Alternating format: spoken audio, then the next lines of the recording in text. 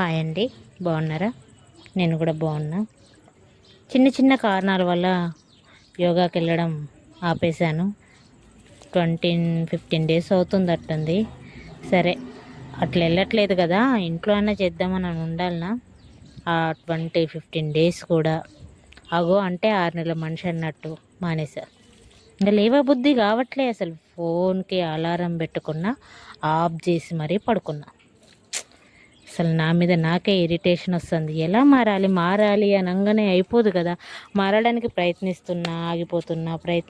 ఆగిపోతున్నా. మెల్లగా స్లోగా వెళ్ళాలి అనే థాట్ కరెక్ట్ కాదు అని నేను ఈ 3-4 నెలల్లో తెలుసుకున్న విషయం అది.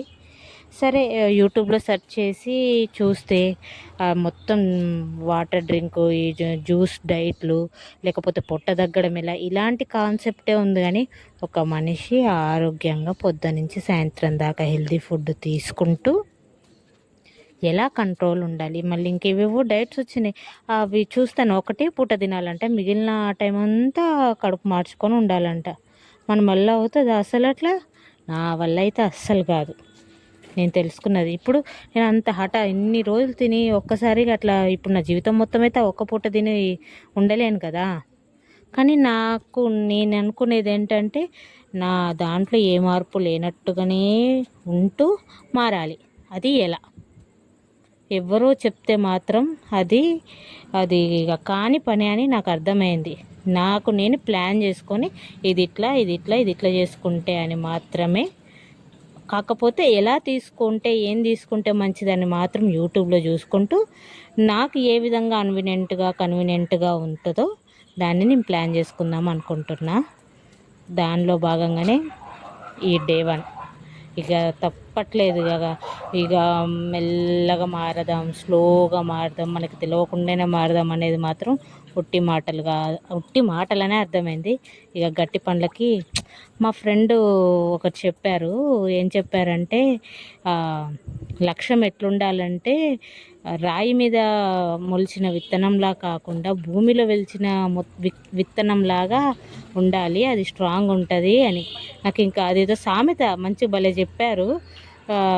నువ్వు ఆవేశపడుతున్నావు, అది అట్లా రాయి మీద వెలిసిన విత్తనం లాగానేది అని అన్నది. అబ్బా, అది నా మైండ్కి అట్లా తట్టేసింది అసలు. లేదు, నేను భూమిలో మొలిసిన మొక్కలాగా స్ట్రాంగ్గా ముందుకెళ్తామని గట్టి నమ్మకంతో ఈసారి నేను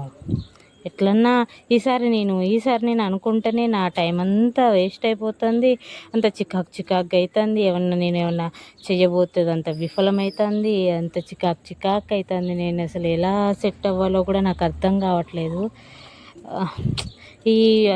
మళ్ళీ ఎంత స్ట్రగుల్ అవుతుంది నాకు తెలియకుండానే. ఇప్పుడే మళ్ళీ యూట్యూబ్ ఛానల్ ఓపెన్ చేసేసరికి దాని గురించి తెలుసుకోవడానికి అదేదో డిస్క్రిప్షన్, థంబ్నెయిల్స్, ట్యాగ్స్ ఇలాంటి సమ్ ఉన్నాయండి ఇందులో నేర్చుకోవాల్సినవి. మందా ఇంటరు ఇంగ్లీషా ఒక్కొక్కటి నేర్చుకోవడానికి ఒక్కొక్క వీడియోని 10 సార్లు చూసుకుంటూ మళ్ళీ ఆ 10 సార్లు చూసిన వీడియోని మళ్ళీ పక్కన పెట్టి మళ్ళీ మన రీల్స్ నేను మారడం అదే యూట్యూబ్లో నా కుటుంబానికి కూడా మంచి హెల్తీ ఫుడ్ పెట్టడానికి అవకాశం ఉంటుంది. నేనే సోమరిగా అల్లరి చిల్లరి తిండి తింటా ఉంటే నా పిల్లలకి ఎలా చెప్పగలను? అందుకే నేను మారాక నా పిల్లల్ని ఒక దారిలో పెట్టడానికి జంక్ ఫుడ్స్ వల్ల ఏం బెనిఫిట్స్ ఉన్నాయా, లేకపోతే బ్యాడ్ అవుతుందా అనే అన్ని విషయాలు వాళ్ళతో షేర్ చేసుకోవాలంటే నేను స్ట్రాంగ్ ఉండాలా, నేను తెలుసుకోవాలా. ఆ ప్రయత్నమే చేస్తున్నాను.